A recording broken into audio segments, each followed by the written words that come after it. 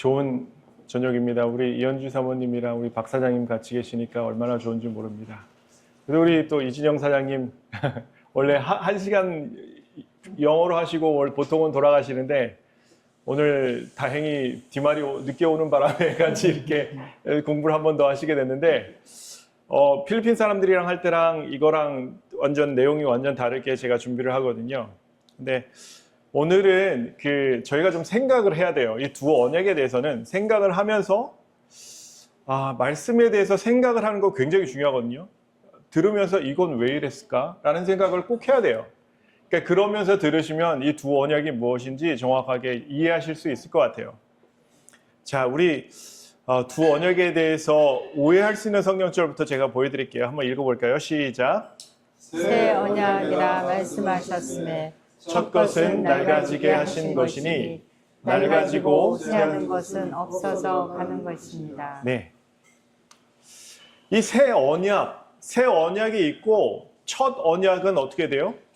낡아지게 하신 것이니 낡아지고 새하는 것은 없어져 가는 것이다 라고 얘기를 해요. 그러니까 새 거가 있는데 이제 낡은 건 갖다 버린다는 얘기예요. 쉽게 얘기해서. 여기까지는 이해하시죠? 그렇죠? 그럼 이 언약이 무엇인가? 우선은 일요일 교회에서 이렇게 얘기하는 것부터 제가 좀 알려드려야 될 것 같아요. 여기서 얘네들은 뭐라고 얘기하냐면 히브리서 8장 13절을 보통 일요일 교회나 다른 개신교에서 뭐라고 해석하냐면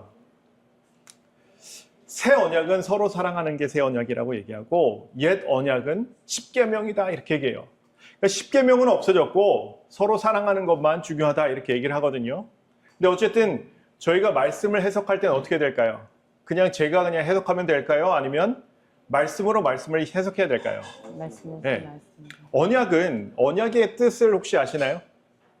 언약은 결혼 언약, 서약 이런 거 얘기하잖아요. 언약은 뭘까요? 그러면 약속이에요. 약속. 그러니까 이게 영어로 하면 covenant라고 하는데 그럼 되게 힘들어해요. 그냥 promise라고. 근데 하나님이 저희와 약속을 한 가지만 하셨을까요? 계속 하셨어요. 그러니까 언약이라는 것을 이거는 새 언약이고 이런 옛 언약이라고 할 때 이 언약을 자기가 입에 맞는 대로 이게 언약이야 라고 얘기하면 될까 안 될까요? 안 돼요. 이게 문맥을 살펴보고 이 성경절에서 얘기하는 언약이 무엇인지 이해만 해야 돼요. 이해를 해야 돼요. 우리 시작한 지 얼마 안 됐는데 우리 이지원 사장님 거의 넋이 나가신 것 같은데 네. 그래서 물론 십계명도 뭐예요? 언약이에요. 한번 읽어볼게요. 시작. 여호와께서 그 언약을 너희에게 반바하시고 너희로 지키라 명하셨으니 곧 십계명이며 두 돌판에 신이 쓰신 것이라. 네. 물론 이 언약도 분명히 십계명도 언약이에요. 근데 예수님께서 뭐라고 얘기하셨냐면 이렇게 얘기하셨어요. 한번 읽어볼까요? 내가 율법이나 선지자나 폐하러 온 줄로 생각지 말라. 폐하러 온 것이 아니요 완전케 함이로다. 예수님이 율법이나 선지자를 폐하러 왔대요? 아니래요? 아니라고 하셨어요. 분명히. 그렇죠? 그러면 왜 이 말씀은 첫 것은 낡아지게 하신 것이다 라고 얘기하셨을까요? 예수님 성경에 보면 분명 이런 말씀도 있어요. 한번 읽어볼게요. 시작. 언약을 파하지 아니하며 내 입술에서 낸 것도 변치 아니하리로다. 내가 나의 거룩함으로 한번 맹세하였은즉 다윗에게 거짓을 아니할 것이라. 그러니까 하나님은 언약을 주시면 어떻게 해요? 바뀌어요? 안 바뀌어요? 안 바뀌어요. 하나님 바뀌시는 분인가요? 안 바뀌시는 분인가요? 이거 되게 중요하거든요. 안 바뀐다. 바뀐다, 안 바뀐다. 어떤 거 같으세요? 그때 달라요? 그때 다른가요? 안 바뀌죠. 성경에 보면 하나님에 대해서 이제 한마디로 표현하자면 하나님은 사랑이시다 그랬잖아요. 근데 내일은 하나님은 막 정신병자인 거예요. 그럼 돼요, 안 돼요? 막 사람들 죽이고 그래요. 그럼 우리가 그 하나님을 믿을 수 있을까요? 못 믿어요. 그래서 성경을 볼 때 되게 중요한 게 있는데 하나님은 변치 않으신다라는 거예요. 그분의 말씀도 어떻게 한다고요? 변치 않는다라는 거예요. 그래서 성경에 보면 하나님의 속성에 대해서 얘기를 하는데 이렇게 얘기를 해요. 한번 읽어볼까요? 시작. 예수 그리스도는 어제나 오늘이나 영원토록 동일하십니다. 하나님이 우리를 사랑하시는 마음이랑 우리를 위하시는 마음이 절대로 변하지 않으세요. 이런 원칙을 가지고 우리가 성경을 봐야 되는 거예요. 내가 원할 때는 하나님이 야 이제 힘들어 그만 지켜 이게 아니라 하나님은 변하신다. 예수님 변하신다고 안 변하신다고요? 안 변하신다. 이게 원칙이에요. 여기서 벗어나게 말씀을 보면 안 돼요. 이런 말씀은 성경에 계속해서 나와요. 한번 요 말씀도 읽어볼까요? 시작. 이스라엘의 지존자는 거짓이나 병폐함이 없으시니 그는 사람이 아니심으로 결코 변개치 않으심이니이다. 하나님 변하신다고요? 안 변하신다고요? 안 변하신다고요. 하나님의 뜻은 변하지도 않아요. 하나님의 말씀도 변하지 않아요. 그 예수님도 영원토록 동일하세요. 이게 되게 중요해요. 그러면 그 도대체 이 말씀은 뭘까요? 첫 것은 낡아지게 하신 것이니 낡아지고 쇠하는 것은 없어져 가는 것이다. 이게 새 언약과 옛 언약에 대해서 우리가 이해를 해야 되는 게 그래서 중요한 것 같아요. 자, 요 말씀 한번 읽어볼게요. 시작. 나 여호와가 말하노라. 그러나 그 날 후에 내가 이스라엘 집에 세울 언약은 이러하니 곧 내가 나의 법을 그들의 속에 두며 그 마음에 기록하여 나는 그들의 하나님이 되고 그들은 내 백성이 될 것이라. 그 날 후는 언제를 의미할까요? 그러니까 그 날 이후에 세울 언약이 있대요. 이게 새 언약인데 그 날 이후에 세울 언약이래요. 언제 새로운 언약이 세워졌을까요? 사실 이 새로운 언약은 완전한 성취는 언제 되냐면 예수님 오셨을 때. 계시록에 보면 이런 표현이 있어요.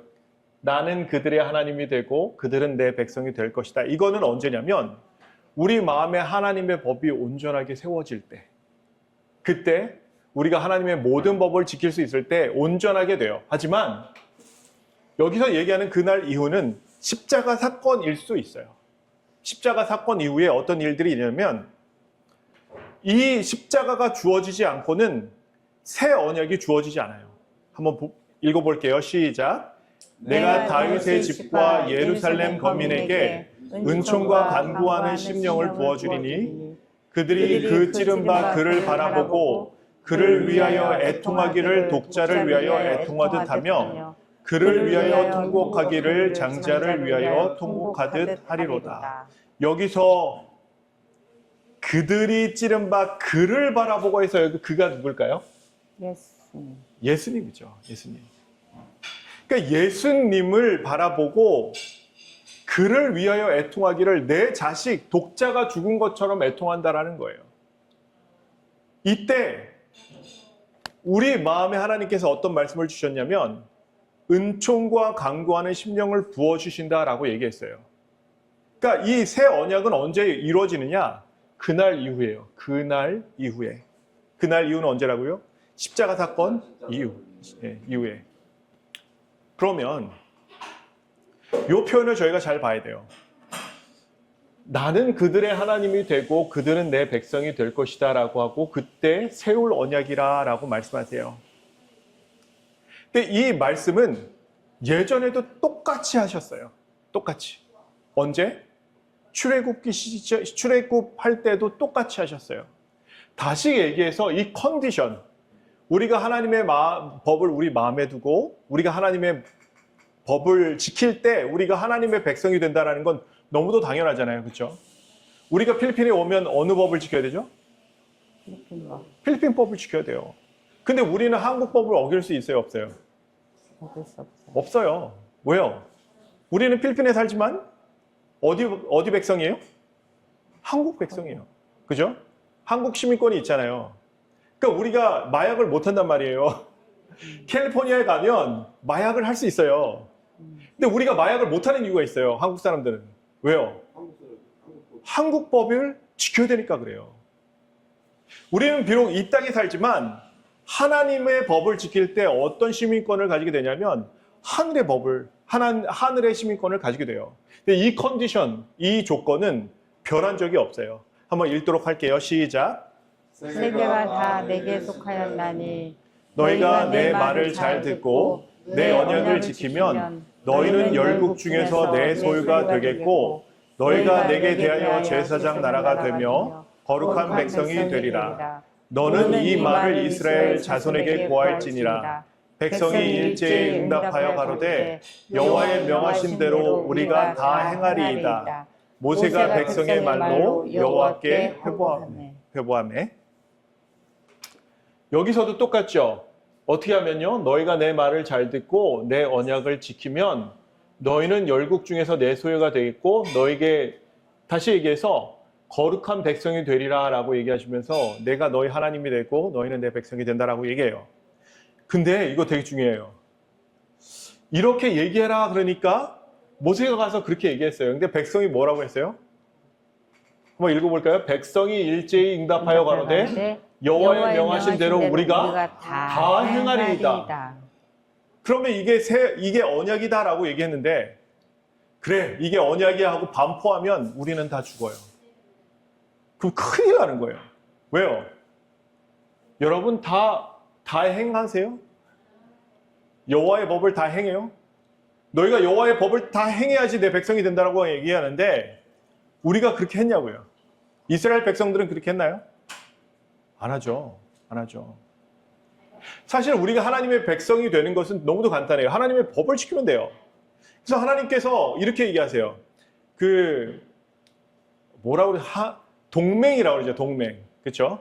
동맹이 되는데 동맹의 조건을 하나님께서 알려주세요. 이렇게 말씀하세요. 한번 읽어볼까요? 시작. 내가 그 목소리를 잘 청종하고 나의 모든 말대로 행하면 내가 내 원수에게 원수가 되고 내 대적에게 대적이 될지라.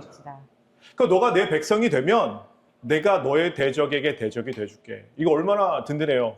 한국이 지금 북한이 쳐들어간다고 해도 미국이랑 같이 같이 이렇게 연결돼 있고 동맹이 돼 있잖아요. 그러니까 우리가 침략당하면 미국이 자동으로 전쟁에 개입을 한단 말이에요. 이 동맹 조건이 어떻게 된다고요? 하나님과는 하나님의 말씀을 지키면 되는 거예요. 그러면 사단은 어떻게 하면 될까요? 말씀을 안 지키게 하면 되는 거예요. 법을. 그런데 이 순간에 백성이 일제히 응답하여 우리가 다 행하리이다 했을 때 언약을 반포하지 않으세요. 하나님을 아시는 거죠. 이거 이렇게 반포하면 돼요, 안 돼요? 우리가 다 어길 거예요. 그러면 언약이라는 게 다 깨어져요. 그래서 하나님의 언약은 우리에게 맡기지 않으세요. 근데 하나님의 언약은 무엇으로 세우냐면 피로 세워요. 한번 읽어볼게요. 시작. 이스라엘 자손의 청년들을 보내어 번제와 소로 화목제를 여호와께 드리게 하고 모세가 피를 취하여 반은 양품에 담고 반은 단에 뿌리고 언약서를 가져 백성에게 낭독하여 들림에 그들이 가로되 여호와의 모든 말씀을 우리가 준행하리이다. 모세가 그 피를 취하여 백성에게 뿌려 가로되 이는 여호와께서 이 모든 말씀에 대하여 너희와 세우신 언약의 피니라. 언약의 피가 언약이 세워졌는데 어떻게 세워졌냐면 무엇으로 세워져요? 피로 세워져요. 갑자기 백성들은 뭐라고 그러냐면 우리가 다 준행할게요 그래요. 근데 모세는 어떻게 하냐면 못할 걸 아는 하나님은 아시는 거예요. 그러니까 무엇을 하냐면 예수님을 표상된 그 피를 뿌리는 거예요. 너희가 이거 못해. 근데 내가 해줄게. 어떻게 해요? 우리가 잘못하는 것, 우리가 다 하나님의 법을 어기는 것을 피로 씻겨주신다는 약속을 하시면서 갑자기 양푼이 이렇게 있으면 양푼에다가 피를 찍어서 이렇게 뿌리는 거예요, 사람들한테. 깜짝 놀라죠, 사람들은. 그렇지 않겠어요? 왜 뿌려, 피를? 그러면서 뭐라 그래요? 언약서를 보면서 이 피가 뭐라 그래요? 언약이라고 그래요. 너희와 하나님 사이에 언약이 세워졌는데 무엇으로 세워졌다고요? 피로 세워졌다고요. 피는 뭐를 뜻하냐면 생명을 뜻해요. 그래서 피를 먹으면 안 돼요. 교인들은 피를 먹으면 안 해요. 신약에 와서도 피를 절대 먹지 말라고 그랬어요. 그러니까 순댓국 같은 거 드시고 싶으시더라도 드시지 않는 게 좋아요. 순댓국은 피 안 들어가요. 순대에 들어가잖아요, 순대. 순대 안 들어가는데. 순대할 때 피 넣잖아. 예, 피를 넣죠. 예. 그러니까 그런 거 드시면 안 돼. 피 선지도 들어가잖아요. 그렇죠. 예. 그러니까 그런 걸 드시면 안 돼요. 그래서 어쨌든 피로 세우신 언약이 있어요. 그래서 언약. 그러면 도대체 아까 없어지는 언약은 무엇인가? 히브리서 아까 9장이었는데 8장이었는데 8장을 처음부터 좀 길더라도 요걸 좀 읽으면 이해가 가요. 처음부터 한번 쭉 읽어볼까요? 조금 길지만 이걸 읽으셔야지 이게 무슨 얘기인지 알 수 있어요. 한번 읽어볼게요. 시작. 그러나 이제 그거 더 아름다운 직분을 얻으셨으니 이는 더 좋은 약속으로 세우신 더 좋은 언약의 중보시라. 여기서 예수님이 더 아름다운 직분을 얻으셨으니 이는 더 좋은 약속으로 세우신 더 좋은 언약으로 세우신 언약의 중보시다라고 얘기해요. 예수님이 뭐라고요? 언약의 중보래요. 보라색 읽어볼게요. 시작. 저 첫 언약이 무음하였더라면 둘째 것을 요구할 일이 없었으려니와 저희를 허물하여 일렀을 때 주께서 가라사대 볼지어다 날이 이르리니 내가 이스라엘과 집과 유다 집으로 새 언약을 세우리라. 네. 첫 언약은 무엇으로 세워졌어요? 아까 무슨 피요?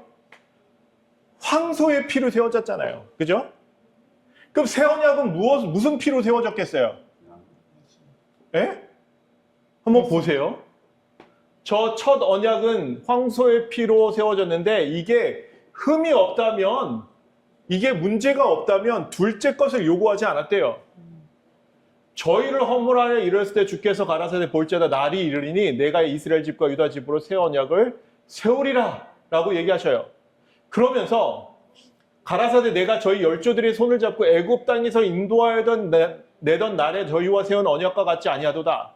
저희는 내 언약 안에 머물러 있지 아니하므로 내가 저희를 돌아보지 아니하노라. 또 주께서 가라사대 그날 후에 내가 이스라엘 집으로 세울 언약이 이것이니 내 법을 저희 생각에 두고 저희 마음에 이것을 기록하리라. 여기서 그날 후가 언제랬죠?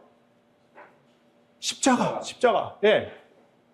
나는 저희에게 하나님이 되고 저희는 내 백성이 되리라 라고 얘기하셨는데 예수님이 뭐가 되신다는 거예요? 중보가 되신다는 거예요. 예전에 하나님과 이스라엘 백성 사이에 여기 볼게요. 중보로 피를 쏟은 게 누구예요? 중보가 되어서 피를 쏟은 게 짐승이죠. 짐승. 그렇죠? 그러면 여기 히브리서 8장에서 얘기할 때 새 언약의 중보다라고 얘기하셨는데 이 중보는 누구예요? 예수님이죠. 예수님. 무슨 얘기인지 아시겠어요? 옛날에 양을 잡아서 제사를 했잖아요. 그죠? 근데 그 양을 잡아서 제사를 지낼 때 이 양은 누구를 표상했어요? 예수님을 표상했어요. 예수님을. 무슨 얘기인지 아시겠어요? 우리가 맨날 양만 잡을 수 없는 거잖아요. 이 양이 누구를 표상해요? 예수님을 표상한 거예요. 새 언약은 누구의 피로 세워졌을까요? 예수님의 피로 세워진 거예요.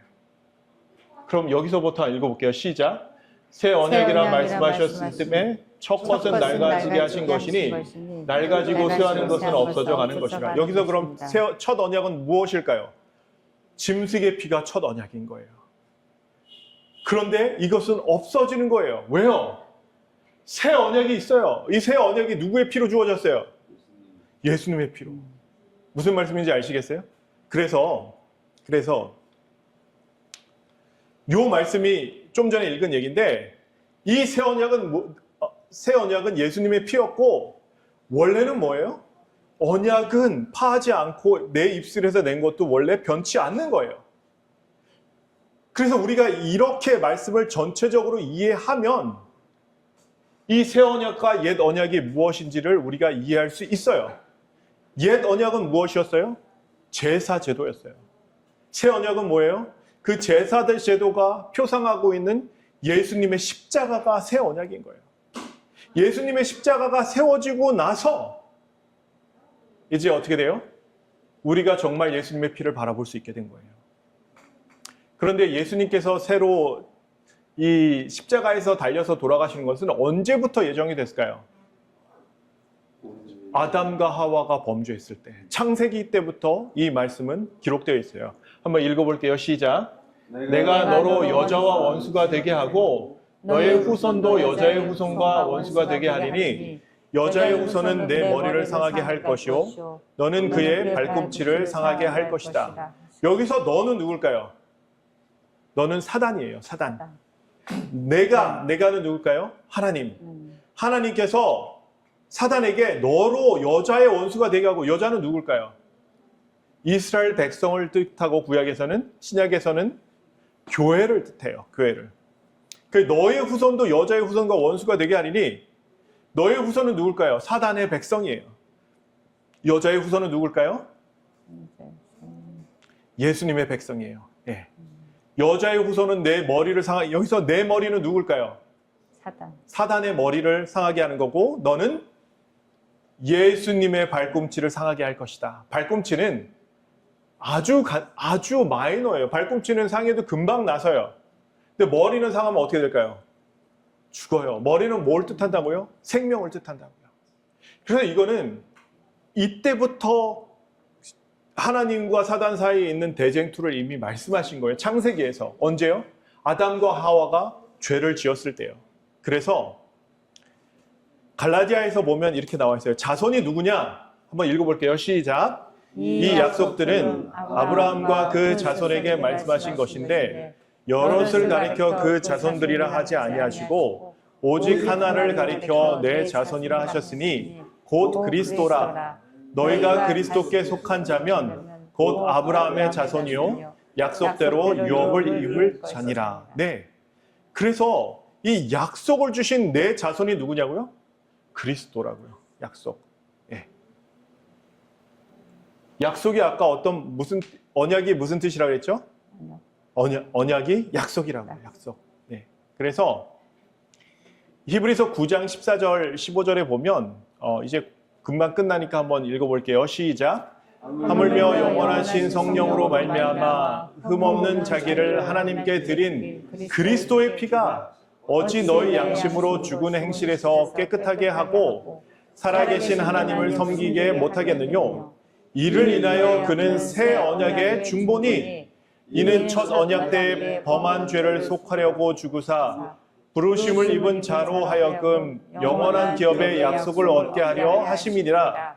이러므로 첫 언약도 피 없이 세운 것이 아니니 모세가 율법대로 모든 계명을 온 백성에게 말한 후에 송아지와 염소의 피와 및 물과 붉은 양털과 우슬초를 취하여 그 책과 온 백성에게 뿌려 이르되 이는 하나님이 너에게 명하신 언약의 피라 하고 또한 이와 같이 피로써 장막과 섬기는 일에 쓰는 모든 그릇에 뿌렸느니라. 네. 그래서 첫 언약을 세운 건 무슨 피였죠? 짐승의 피였어요. 그러면 새 언약의 중보니 하면서 새 언약의 피는 무슨 피였어요? 그리스도의 피였어요. 무슨 말씀인지 아시겠죠? 그래서 언약을 가지고 그 언약, 옛 언약은 십계명이야. 이게 말이 될까요? 말이 안 돼요. 히브리서는 히브리인들에게 쓴 거예요. 근데 히브리인이 누굴까요?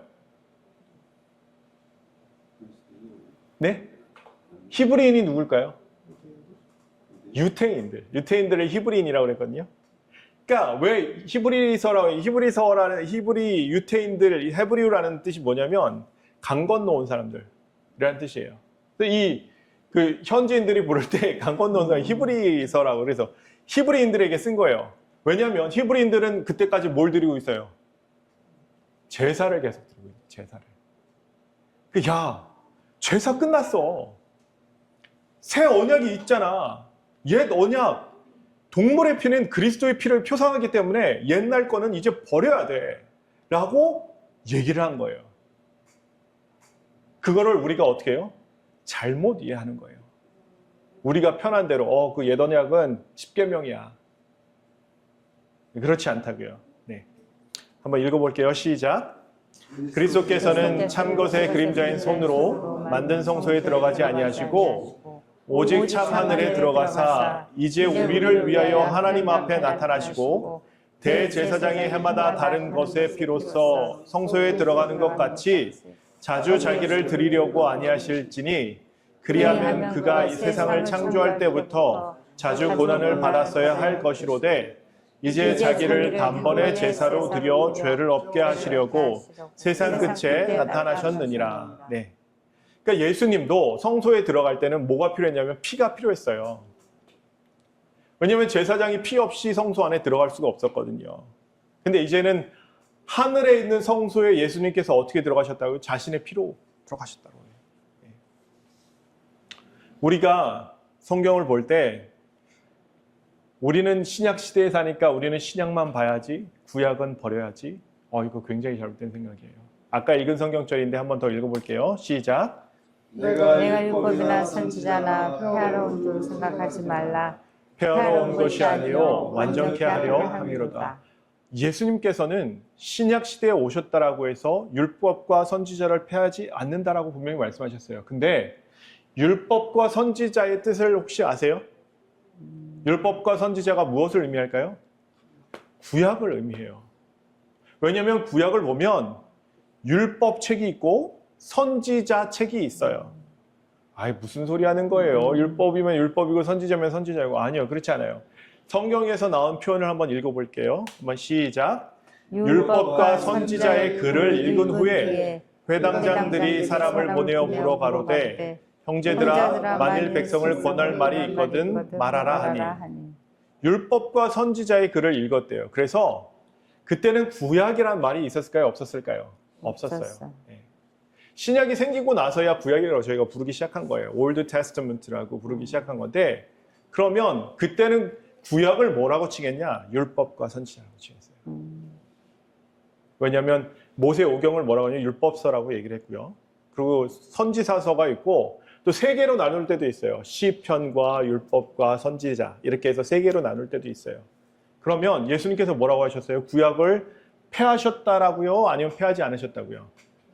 폐하지 않으셨다고요. 그러니까 구약도 우리가 봐야 되는 거고 신약도 봐야 되는 거예요. 여기서 보면 완전케 하려 함이로다. 왜 그러면 구약은 완전하지 않았을까요? 그렇죠. 맞아요. 예수님이 이 땅에 약속된 메시아가 오기 전이라 아직 완전해지지 않았어요. 양은 누구를 의미했다고요? 예수님을 의미했어요. 그럼 그걸 완전케 하시기 위해서 누가 왔어야 됐어요? 예수님이 오셔야 돼요. 우리의 죄를 지고 세상에 있는 죄를 지고 돌아가실 그 약속된 선지자, 그 약속된 메시아가 와야지만 완전케 돼요. 구약이. 무슨 말씀인지 알겠죠? 그래서 어느 누가 우리는 구약을 보지 않아도 된다. 우리 이진영 사장님 만났던 그 신학과 졸업한 사람이 그렇게 얘기를 했다고 그랬죠? 그래서 제가 아니라고 그랬잖아요. 그렇죠? 왜냐하면 예수님께서 이렇게 말씀하셨으니까 그래요. 폐하러 오셨다고요? 폐하러 오시지 않았다고요? 폐하러 오지 않으셨다고요. 우리가 하나님의 백성이 되는 건 아주 똑같아요. 어떻게 해요? 하나님의 백성이라면 우리가 하나님의 말씀을 순종해야 돼요. 우리가 아무리 대한민국 백성이고 대한민국 국적이 가지고 있다라고 해도 한국 법을 지키지 않으면 한국에 돌아갈 때 문제가 있을까요, 없을까요? 그렇죠. 막 캘리포니아에서 마리아나 피고 막 이런 사람들이 다 걸려요. 다 걸려요.